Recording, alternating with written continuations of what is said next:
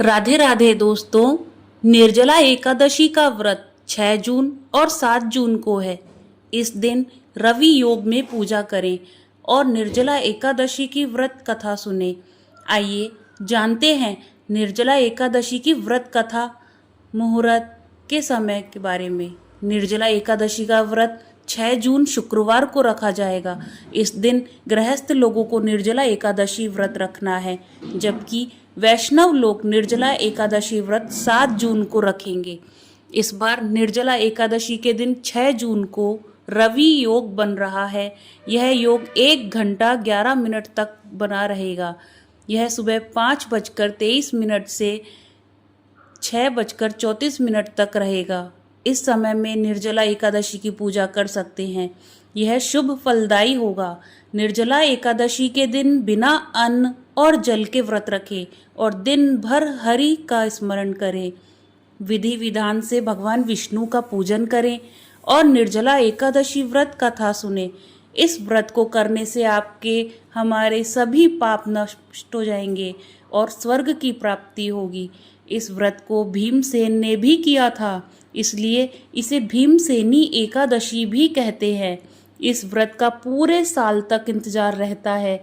तो आइए जानते हैं निर्जला एकादशी की व्रत कथा में। पुराने समय के अनुसार एक बार भीमसेन जी को इस बात की चिंता हुई कि उनके सभी भाई और माता कुंती दान पुण्य व्रत आदि करते रहते हैं, लेकिन वो व्रत नहीं कर पाते हैं।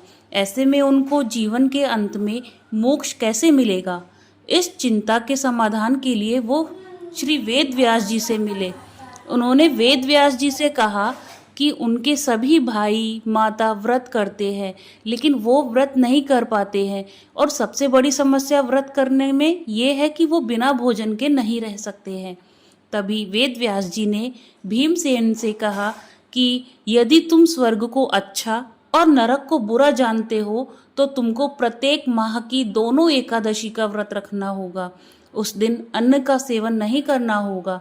इस पर भीमसेन जी ने कहा कि वो भूख बर्दाश्त नहीं कर सकते।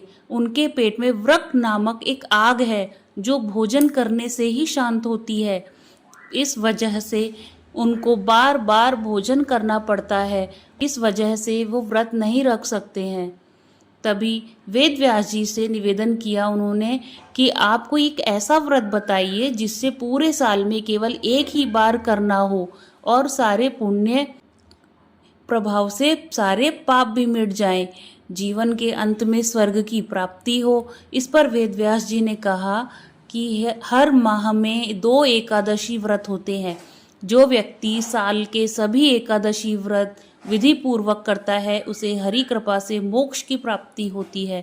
वह जीवन और मरण के चक्र से मुक्त हो जाता है। वेद व्यास जी की बातों को सुनकर भीमसेन जी फिर परेशान हो गए, क्योंकि उनको भी तो 24 एकादशी व्रत करने होंगे और वो बिना भोजन के नहीं रह सकते। तो क्या उनको पाप से मुक्ति नहीं मिलेगी? उन्होंने वेद व्यास जी से पूछा कि वो मोक्ष को कैसे प्राप्त कर सकते हैं। वे सभी एकादशी व्रत करने में सक्षम नहीं हैं। उन्होंने वेद व्यास जी से कहा, आप कोई एक ऐसा व्रत बताइए जो साल में एक बार हो और उसे करने से मोक्ष मिल जाए। तब वेद व्यास जी ने कहा, साल में केवल एक व्रत है जो ज्येष्ठ शुक्ल एकादशी तिथि को पड़ता है, जिसे निर्जला एकादशी भी कहते हैं। इस व्रत में जल और अन्न का त्याग करना होता है। यदि व्रत के समय कोई गलती से भी जल ग्रहण कर ले तो उसका व्रत खंडित हो जाता है।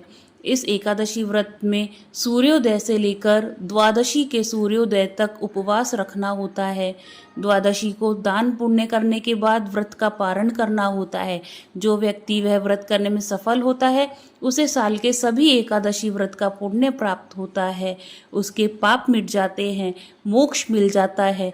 व्यास जी की बात सुनकर भीमसेन जी खुश हो गए।